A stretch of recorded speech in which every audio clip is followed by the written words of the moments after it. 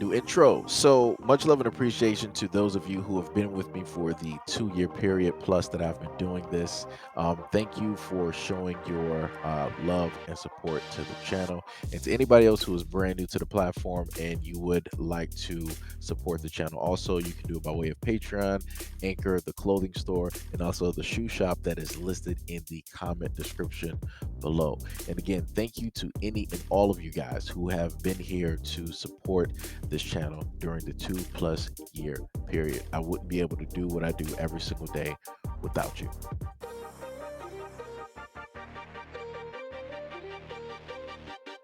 A former special education teacher from Oklahoma has finally been charged after being accused of sleeping with a student.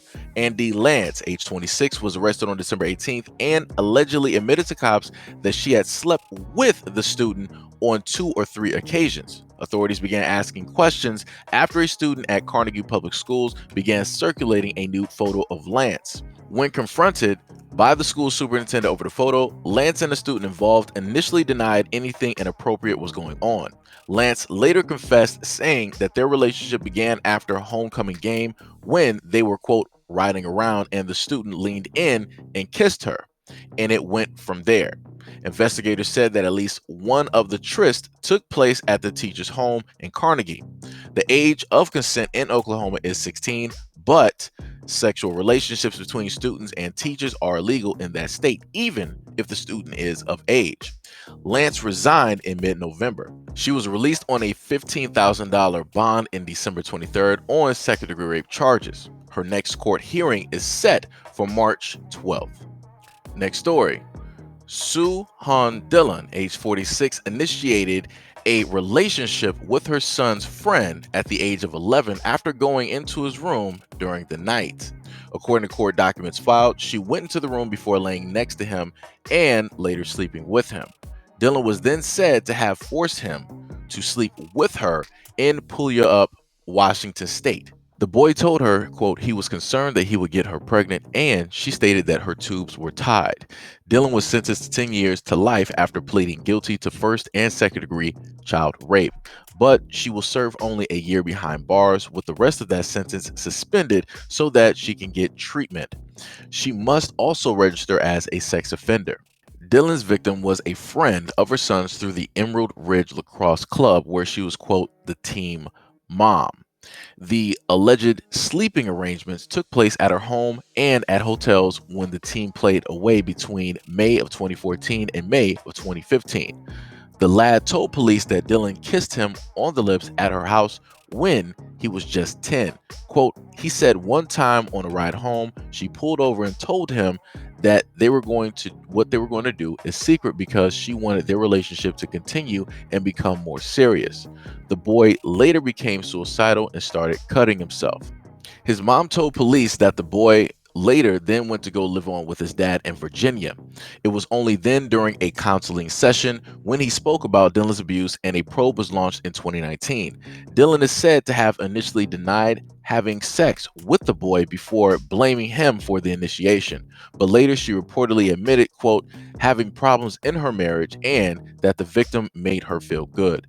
She did not have romantic feelings for the boy, but liked the attention. Quote, this is somebody who was taken advantage of as a child who was only 10 or 11 years old.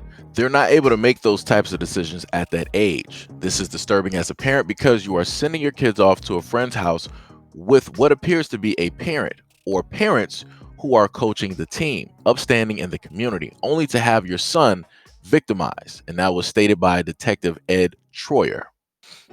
All right, so this is just the thought process that I have dealing with women who are going after young boys, right? Now, this is just a thought. I really feel, minus the fact that yes, they are a pedophile, yes, they are a sex offender, yes, they are targeting, going after these kids. I really feel that it's a little bit easier for them to do so, and they feel that less harm or damage is going to be done, meaning, excuse me, by the way of violence, because it's a child. right? So usually whenever in relationships, if a man finds out that his wife is sleeping with another man, he's going to start to get violent and belligerent and, different things of that nature. He's going to be reacting from an emotional spectrum, which then will lead him to do very stupid things. But usually, right, 9 or 10 times out of 10, whenever I happen to read these specific stories of married women dealing and having relationships or molesting these kids, right, nobody ever gets harmed. Right. So I think that this is something that they are specifically doing to lessen the likelihood of them facing any type of violence, because the guy, when dealing with thinking about this, the guy is like, it's a blow to his, like, his morale, to his ego, to his pride. It's like, yo, I'm a man, and whoever I'm with just sat up there and stepped down and just started sleeping with a child. Right. So it's like you're looking at yourself and you're like beating yourself down versus wanting to go for anybody else, versus if it was somebody else on the same level. Like I said, I feel that these women are specifically doing this, and they're thinking about this in a way to alleviate a lot of those things. But another thing that I want people to pay very close attention to is there's not really much time being given out to women if they are found to be guilty of having a sexual relationship, right, with any of these children. In Oklahoma, the legal age of consent is 16, so technically she's technically not a sex offender by law, even though by morals she is, because you're dealing with a child, you're a grown woman, right? You're in a position of power, and you decided, instead of going for somebody your same age, or maybe let's say 5 years younger than yourself, you wanted to go directly for the ones that you are supposed to be teaching and protecting, right? To educate so that they will be better off in the world. You took the power that you decided to wield and you just wanted to do whatever you wanted. And the most that she got is $15K bond, which I think you only have to pay 10% of. And she was released, and then I think she goes back into court later on during the year, or later on during this year. I'm sorry. And then the mother, right?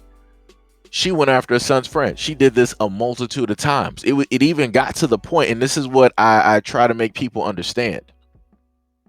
It's not just young women out here who get sexually molested, who have to deal with being exploited because somebody else, as she stated, she wanted to feel good, right? She could have bought a purse, she could have bought a car, a dog, a cactus, a washer and a dryer, an apartment. She could have got her hair done, nails done, eyeliner. She could have done a multitude of things. She could have even been with the pool man, right? A repairman or a cable guy. She could have done anything in the world to make herself feel good, but she decided to go after a 10 or an 11-year-old child. And because she did that, that young man is now mentally scarred to the point where he was starting to abuse himself, where he was contemplating suicide, where he was starting to cut himself, right? Because she, in a sense, forced him into a grown-up situation that mentally he was not prepared for. And because he was not prepared for it, his mind started reacting differently to it. And she's not really getting any time either. What the most, I think they said that she was going to get a year, and I think she was supposed to have a few, but they cut that down. They suspended that for, whatever reason. But she has to, I think she too has to sign up as a sex offender. But like I said, that's not enough. You're not doing anything. That young man was mentally, he is mentally scarred, and he's going to be that way for a very long time, and nobody's going to understand or know what effect this is going to have on him going through puberty, right? When he ends up having or trying to search for relationships with young girls, his age, or when he makes it to 18 or 25 or 30, right? Nobody looks at all of that and tries to figure out, like, let's plot this out and see where this might potentially lead, how this could potentially divert him or change his mentality on certain things.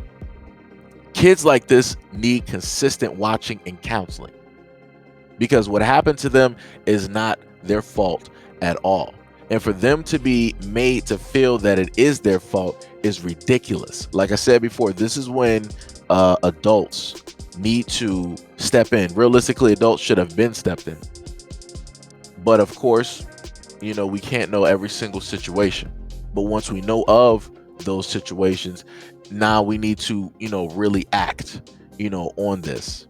So, I can only hope that the kids involved, they seek and the parents help them seek mental treatment from now all the way up until 18, and then they perform some type of assessment on their mental to see exactly where they are, for them to understand that what took place, what happened to you, is not your fault.